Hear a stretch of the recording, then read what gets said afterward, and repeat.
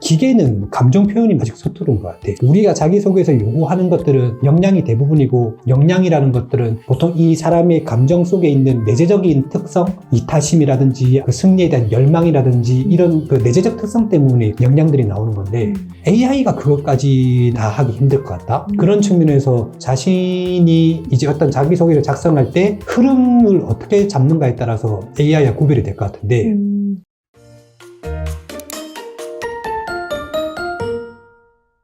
대표님, 안녕하세요. 반갑습니다. 네, 갑자기 밖에 비가 오네요. 추워요.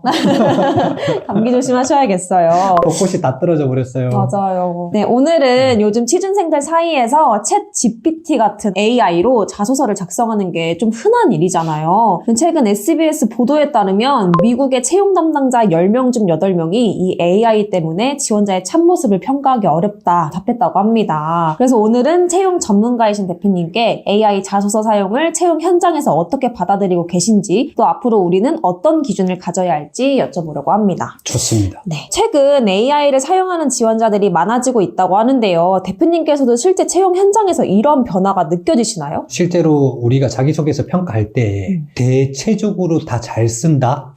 예전에는 뭔가 허점이 보이고 미숙한 점이 보이고 막 그러다가 최근에는 다들 글을 잘 쓴다 이런 느낌이 드는데, 아마 그게 AI와 같이 자기소개서를 써서 그런 건 아닐까 그런 생각이 들어요. 그리고 실제로 지금 AI의 능력으로 볼 때 글을 작성하는 능력, 그게 엄청 뛰어나다고 하잖아. 맞아요. 좋은 말들을 하게끔 만들어 놓은 그런 프로세스, 추론 능력도 포함되지만은 글을 잘 쓰는 능력은 아마 사람보다 더 뛰어날 것 같아. 그러니까 그걸 안 쓴다는 것도 문제가 되는데, 설문처럼 인사 담당자가 자기소개서를 이제 못 믿게 되는 현상. 그래서 지금 현장에서도 자기소개서의 평가 비중을 낮춘다거나 아니면 평가를 뺀다거나 막 그렇게 되는데, 그것도 문제점이 엄청 많아. 유일하게 그 사람들의 개인의 성향이라든지 아니면은 가치관 이런 것들을 서류에서 평가할 수 있는 유일한 기회인데, 그게 이제 빠져버리면 오히려 스펙이라든지 그런 거에 대한 집중을 더 많이 해야 하면서 힘들어지지 않을까? 걱정되는 건 많아요. 확실히 지금 AI를 통해서 자기소개서를 쓰고 있는 사람들이 많아졌다라는 걸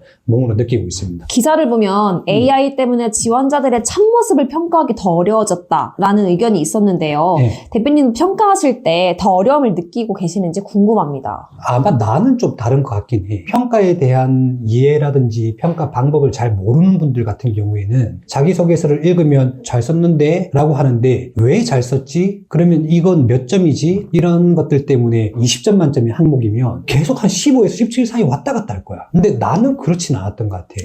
왜냐면 자기소개서 항목에서 평가하고자 하는 의도가 있는데, 글을 잘 쓰는 것과 의도가 잘 내비치는 건 좀 다르다는 측면이 들거든. 나는 어렵다라기보다는 아마 대체적으로 사람들이 예전에는 잘 쓴 사람과 못 쓴 사람이 구별이 됐다고 한다면은, 지금은 다 잘 쓰는데 거기에서 의도에 맞게 쓴 사람과 아닌 사람을 구별하는 게 조금 더 어려워졌을 뿐이지, 자기소개서 평가하는 게 어렵다라는 느낌이 들지는 않았던 것 같아. 이번에 우리 신입사원 채용할 때 느꼈던 거지만, 아, 이거 AI를 통해서 뭐 정의든 아니면 내용들을 일부 보정을 했구나 그런 생각이 들었지만, 그 이외의 것들을 관찰하는데 재미가 좀 있었던 것 같아. 이건 직접 쓴 글이다 이런 느낌? GPT스럽다? 인간스럽다?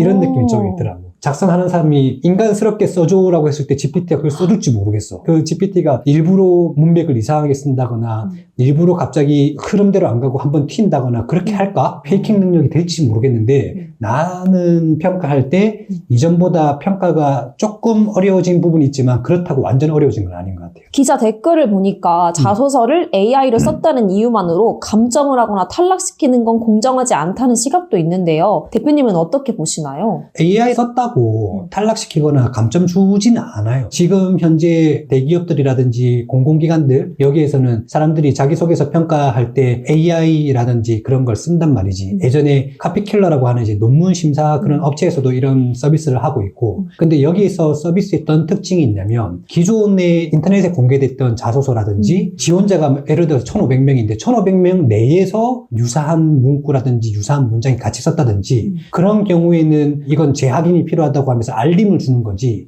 뭐 완전 감점을 한다거나 떨어뜨리진 않아. 지금 같은 경우에는 AI가 썼는지 안 썼는지 없는지 평가할 수가 있을까? 그게 안 될 것 같은 거야. 인간스럽지 않다 아니면 뭐 GPT스럽다 정도 느낌인 거지. 그게 GPT스럽다고 해가지고 감점을 했는데 인간이 썼으면 어떡할 건데.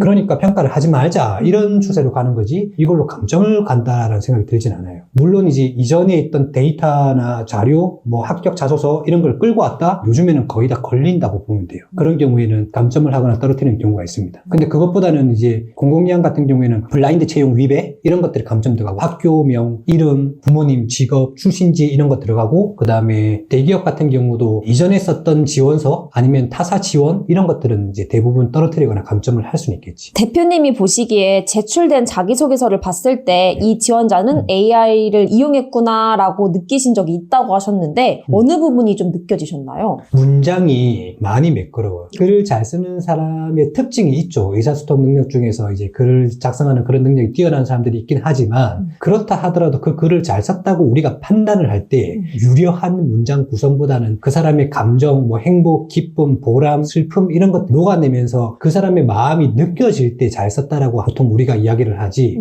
단순 보고서라든지 아니면은 기사문처럼 그렇게 글을 잘 썼다는 걸 가지고 우리가 잘 썼다고 하지는 않았지. 근데 지금 최근에 자기소개서를 읽을 때는 잘 쓴 것도 아니고 못 쓴 것도 아니지만 매끄럽게 끝에까지 전혀 이상 없이 읽어지는 느낌?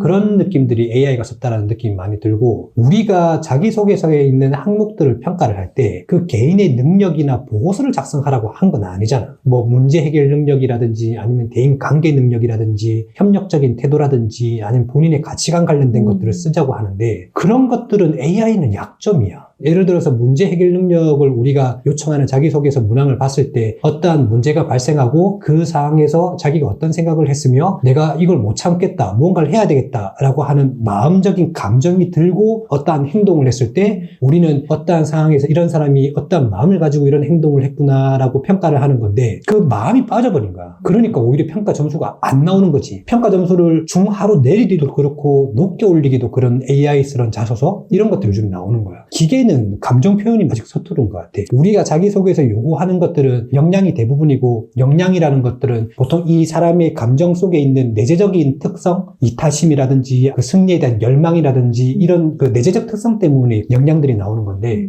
AI가 그것까지 다 하기 힘들 것 같다.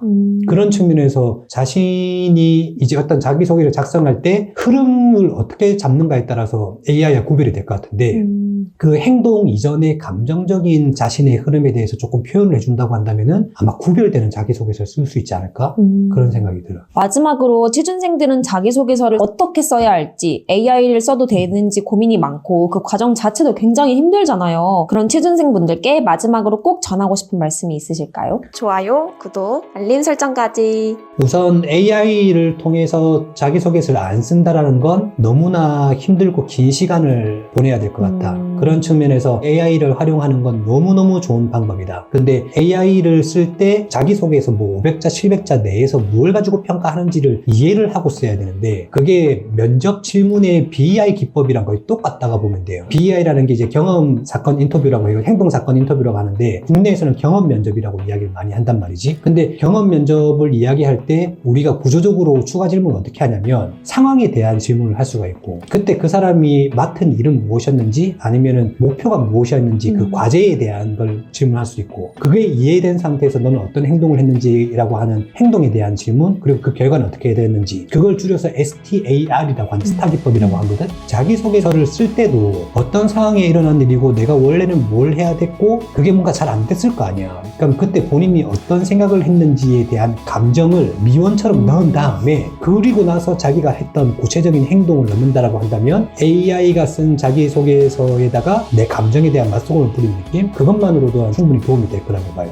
그리고 나서 그걸 다 작성한 걸 AI에 넣고 스타키법 관점으로 봤을 때 상황이나 내가 해야 될 일이 이해가 되니? 그리고 내가 한 행동이 그 상황에서 적절한 행동처럼 보이니? 평균 이상은 우수한 행동처럼 보이니? 질문했을 때 대체적으로 사람들은 이러한 행동을 하겠지만 그 상황에서 본인이 그런 생각을 했고 이러한 행동을 했다면 아마 그 역량에서 볼 때는 뛰어난 역량으로 판단할 수 있을 것 같다. 대답을 해줄 거야. 왜 그 대답을 할 수 있냐면 우리나라의 역량평가가 들어왔던 게 미국, 영국 이런 산업혁명이 빨랐던 그 나라에 있는 데이터가 우리나라 데이터보다 많아. 그러니까 얘는 역량평가를 더 잘 아는 거야. 그래서 경험 면접 평가 관점에서 볼 때 내가 어떤 상황에 처했는지 이해가 되니, 그리고 그 상황에서 나는 이런 고민을 하고 이런 행동을 했는데 평균 이상으로 남들보다 더 적절한 행동을 했는지 뛰어난 행동을 했는지를 물어보면서 이제 같이 티키타카 하면서 만들어 나가는 거지. 그러면은 자기소개서는 아마 인사 담당자도 인정할 만한 자기소개서가 될 거고, 우리가 요청하는 질문에 대한 의도적인 측면에서도 충분한 답변이 되지 않을까, 그런 생각이 들어요. 팁 이상 마치겠습니다. 안녕.